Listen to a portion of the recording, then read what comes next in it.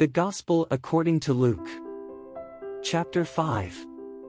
And it came to pass, that when the multitudes pressed upon him to hear the word of God, he stood by the lake of Gennesareth, and saw 2 ships standing by the lake, but the fishermen were gone out of them, and were washing their nets. And going into one of the ships that was Simon's, he desired him to draw back a little from the land. And sitting he taught the multitudes out of the ship. Now when he had ceased to speak, he said to Simon, Launch out into the deep, and let down your nets for a draught. And Simon answering said to him, Master, we have labored all the night, and have taken nothing, but at thy word I will let down the net. And when they had done this, they enclosed a very great multitude of fishes, and their net broke. And they beckoned to their partners that were in the other ship, that they should come and help them. And they came, and filled both the ships, so that they were almost sinking. Which when Simon Peter saw, he fell down at Jesus' knees, saying, Depart from me, for I am a sinful man, O Lord. For he was wholly astonished, and all that were with him, at the draught of the fishes which they had taken. And so were also James and John the sons of Zebedee, who were Simon's partners.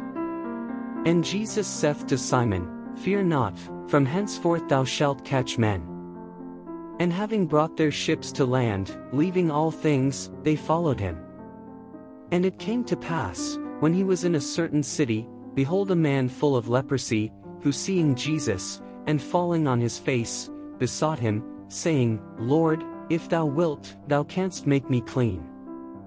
And stretching forth his hand, he touched him, saying, I will. Be thou cleansed.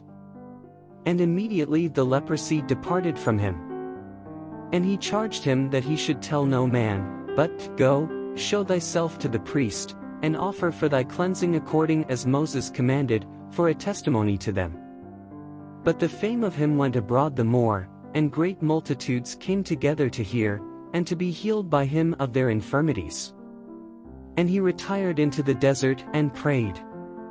And it came to pass on a certain day, as he sat teaching, that there were also Pharisees and doctors of the law sitting by, that were come out of every town of Galilee, and Judea and Jerusalem, and the power of the Lord was to heal them.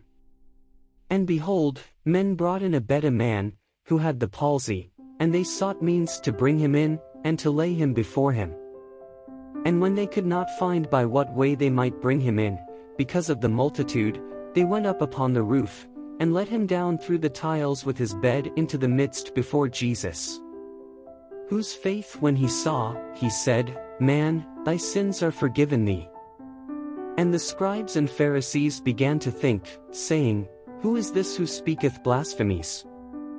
Who can forgive sins, but God alone?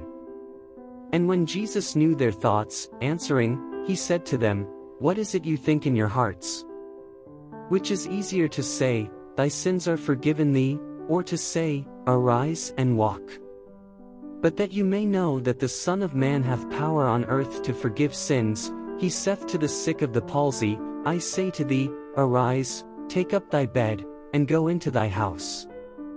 And immediately rising up before them, he took up the bed on which he lay, and he went away to his own house, glorifying God. And all were astonished, and they glorified God. And they were filled with fear, saying, We have seen wonderful things today. And after these things he went forth, and saw a publican named Levi, sitting at the receipt of custom, and he said to him, Follow me. And leaving all things, he rose up and followed him. And Levi made him a great feast in his own house, and there was a great company of publicans, and of others, that were at table with them. But the Pharisees and scribes murmured, saying to his disciples, Why do you eat and drink with publicans and sinners? And Jesus answering, said to them, They that are whole, need not the physician, but they that are sick. I came not to call the just, but sinners to penance. And they said to him, Why do the disciples of John fast often, and make prayers, and the disciples of the Pharisees in like manner, but thine eat and drink? To whom he said, Can you make the children of the bridegroom fast, whilst the bridegroom is with them? But the days will come, when the bridegroom shall be taken away from them, then shall they fast in those days.